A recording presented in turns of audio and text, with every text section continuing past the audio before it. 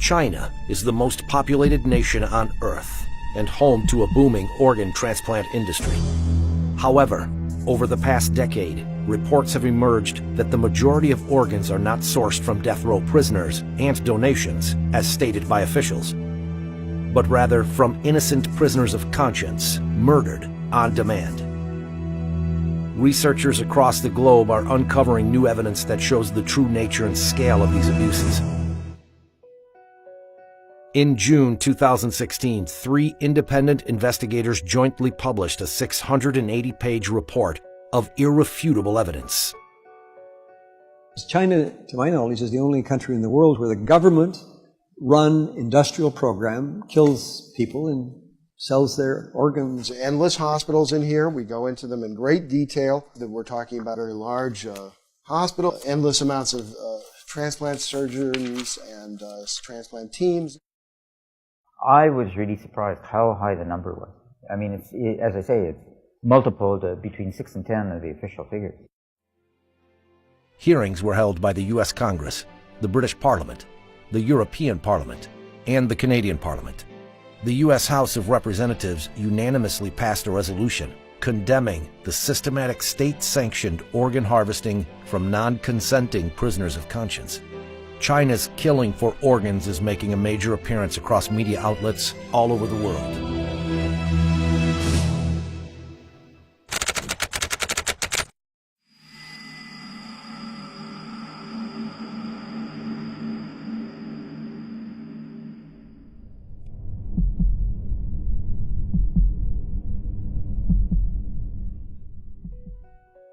In 2006, it first came to light that prisoners of conscience were being killed on demand for organ transplants in secret detention facilities throughout China. The first 2 researchers to investigate were David Kilgore, former Canadian Secretary of State for Asia Pacific, and David Matas, an international human rights lawyer. When we started in 2006, I didn't know where the trials would lead or what the conclusion would be. The initial surprise and disappointment was that this was true, that it was happening throughout China, and it was happening from 2001 to the date of our report. Kilgore and Matas released their first report in July 2006 and later published the book Bloody Harvest. Around the same time, Ethan Gutman, an independent investigative journalist based in London, he spent 7 years doing his own research before publishing The Slaughter in 2014. We made the point that it was really prisoners of conscience, we believe, are making up the bulk of these organs that are out there. And we came, as David Kilgore and David Matas and I, came to this from the same conclusion from very different, using very different procedures, but we did come to that conclusion. The investigators joined forces, researched hundreds of transplant hospitals in China, and released their new report in 2016. The 3 investigators were nominated for the Nobel Peace Prize for their work.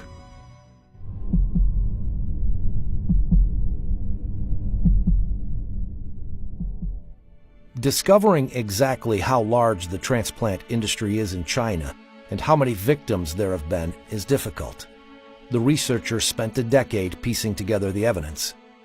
For example, in September 2013, Director Zhu Jiye of the Liver Transplant Center at the People's Hospital of Peking University told China Economic Weekly, "Our hospital conducted 4,000 liver and kidney transplants within a particular year." So we had to cross-check everything. So when we had posted volume numbers, we cross-checked it against staff, against beds, against research publications, against media reports, against the purchase of immunosuppressive drugs. I mean, every which way we could. And what we were able to do by all this cross-checking is develop a consistent picture. And in that particular case, we came to the conclusion that, yes, this claim of 4,000 was real. Shenzhen Central Hospital, they have 500 beds. It's actually over that now. 500 dedicated transplant beds. Now, they were claiming in their internal communications at several points to be doing 131% occupancy. What that means, again, 20 to 30 day stay, what it suggests is they're doing about 5,000 transplants per year. These examples show that China's official claim of 10,000 transplants per year is easily surpassed by just a few hospitals. But these two hospitals are just the tip of the iceberg. The investigators found that more than 1,000 transplant hospitals applied for permits from the Ministry of Health in 2007 to continue doing transplants. That suggests these hospitals met the ministry's minimum capacity requirement for transplant centers it certifies. 169 were eventually selected. If you assume hospitals just operating at the minimums, never mind actual, our actual estimate is closer to 100,000 a year. The researchers found other evidence of a massive transplant system, some of it from Chinese officials themselves. He Xiaoxun, a member of the expert committee of the Human Organ Donation Commission, stated, "The number of transplants increased by 10 times between 1999 and 2000, and further tripled by 2005. That's a 30-fold increase in 6 years." Wu Mengchao, known as the father of liver surgery in China, told the media in 2011, "China now performs the most liver transplants in the world." Since 2000, the entire United States has performed an average of about 6,000 liver transplants a year. This could be matched by just a few hospitals in China. That they had this endless supply of organs available on demand, and the only limit was capacity. And so what you saw after 2001 was this huge building boom. New beds, new wings, new hospitals focused on transplants. And so that the volume, when the system's operating at capacity, increased year by year. The report shows that just the 169 hospitals approved by the Ministry of Health could have performed over 1 million transplants since the year 2000. Many more hospitals were also doing transplants despite not having been certified.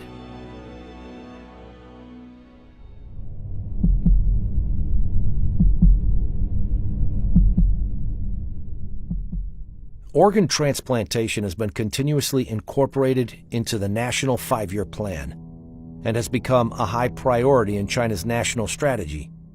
A large number of organ transplant research and training projects are funded under the major national programs and funds. The investigators found that China International Transplantation Network Assistance Center, CITNAC, listed transplant prices for foreigners on its archived website. It was bringing in about $9 or $10 billion a year, this industrial transplant operation going on across China now. It's a lot of money. A lot of hospitals are financing a lot of their activities through that.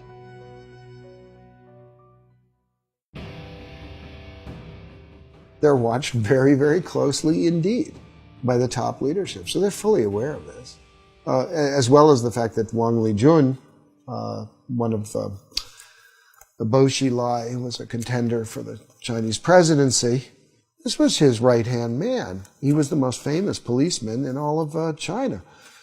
Here he is directing organ trafficking. I mean, he had a center which did this. He was given an award for doing this, and specifically for coming up with a new lethal injection method. He did thousands of transplants by his own admission in the award ceremony. He talks about that.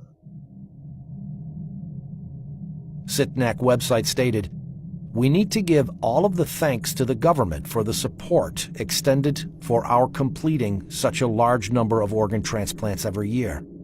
This is a one-of-a-kind in the world."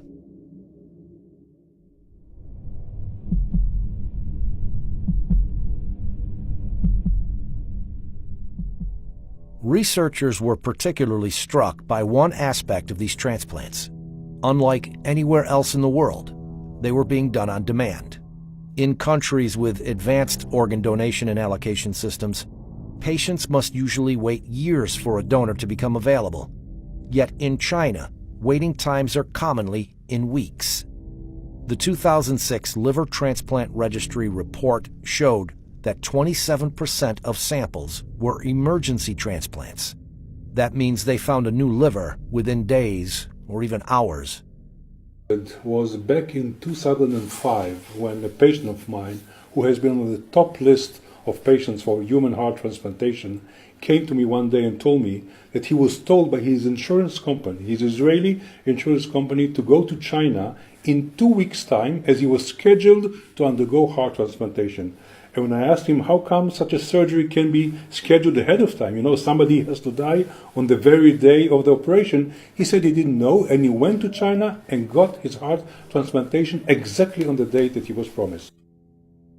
One hospital in southwest China claimed to have donors seeking matched recipients, and also promised, in case of failure, we will continue to perform transplants until one is successful.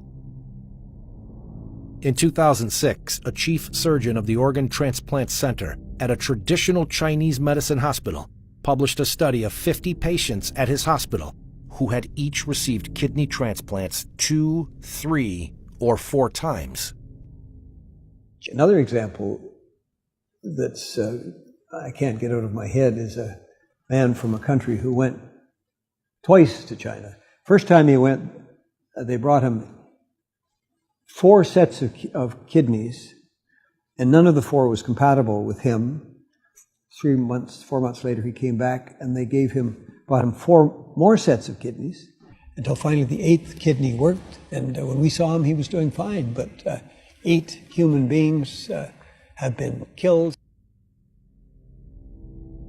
In northeastern China, the International Transplantation Network Assistance Center stated on its website, China carries out kidney transplants from living sources. It's completely different from cadaveric kidney transplants in Japan. Because they have a bank of live donors waiting to get a match on the computer. Like some horrible restaurant where you go in and see a lobster and say, I want that lobster, and the lobster's killed. It's a crime against humanity.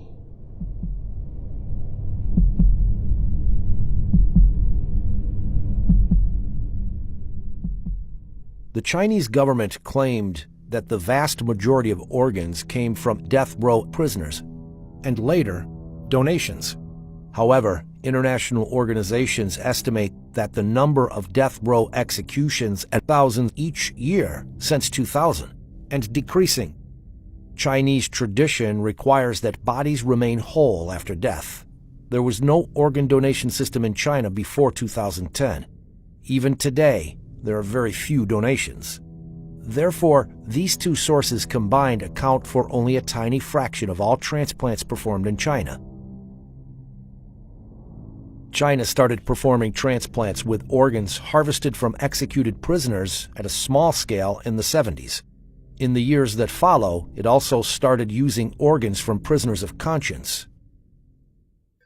In 1999, the crackdown of Falun Gong starts. That is the largest action of scale by the Chinese Communist Party since the Cultural Revolution. And by 2000, 2001, that's when you have this explosion of transplant activity. We see continuity in the numbers over time. Falun Gong is as I call it, it's kind of a Buddhist revival group. It doesn't have churches and so forth, doesn't have temples. What it has is sort of common beliefs. These shared beliefs revolve around self-improvement based on the values of truthfulness, compassion, and tolerance. By the end of the 1990s, the Chinese government estimated that over 70 million of its citizens were practicing Falun Gong. Jiang Zemin, the head of the Communist Party at the time, saw Falun Gong's popularity and revival of traditional values as a threat to his rule, and launched a violent campaign to eradicate it in July 1999. Hundreds of thousands of Falun Gong practitioners from all over China traveled to Beijing to appeal to the central government, only to be arrested and tortured. When many refused to disclose their identities to protect their families and friends, they became part of a large, anonymous population held captive by the state. More practitioners were rounded up all across China. This is when large numbers of them started disappearing without a trace.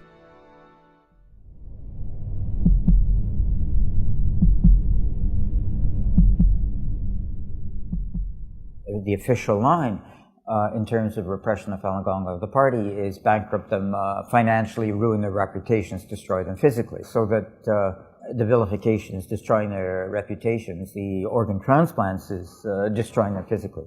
There's the physical examinations, the blood testing, the organ examination, which have no other explanation than suitability for transplant. It was like convert or die. Convert or die.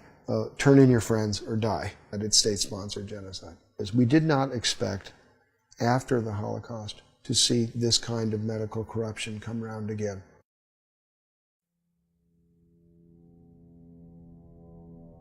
How can doctors, people trained to heal, harvest organs from living people for transplants?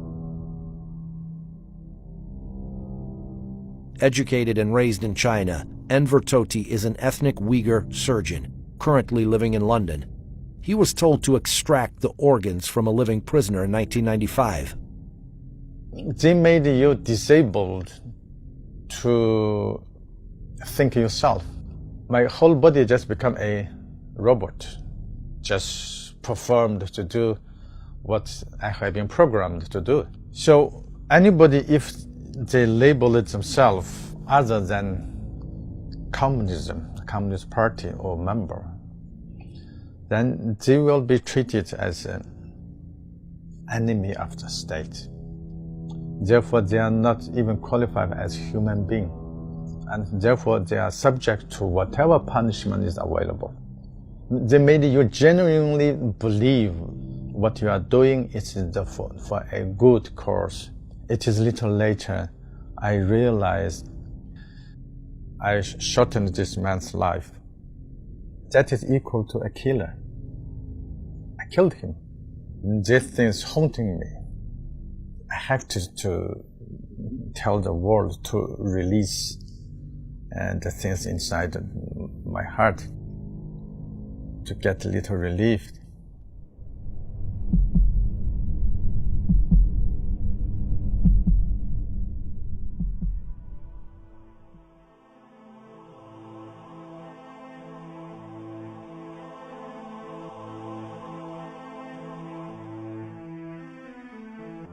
In February 2017, Freedom House, an international human rights watchdog, published its own report on religion in China. It noted that a review of available information regarding organ transplants had found credible evidence suggesting that, beginning in the early 2000s, Falun Gong detainees were killed for their organs on a large scale. It added that the large-scale disappearance of young Uyghur men, accounts of routine blood testing of Uyghur political prisoners, and reports of mysterious deaths of Tibetans and Uyghurs in custody should raise alarm that these populations may also be victims of involuntary organ harvesting. I think, Gina, the first thing before you believe or you decide whether or not you want to believe is you have to learn the facts. The facts are there, the books are there, the research is there. Read it. Once you read it, I'm sure there will be no other way for you but to believe it. And we have to, I'm talking about the physician, have all to be together in order to stop it immediately.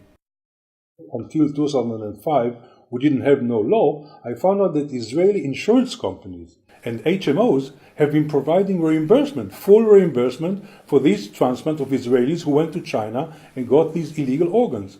So together with my friends, we sat down with our parliament, the Knesset, and in 2008, the Israeli parliament has enacted the organ transplant law, which totally bans any reimbursement of illegally obtained organ transplantation anywhere around the world. And since then, not a single Israeli patient went anymore to China.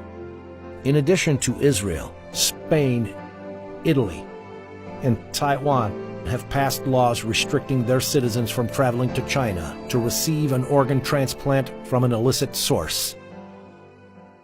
The systematic, government-sponsored harvesting of organs is a monstrous crime.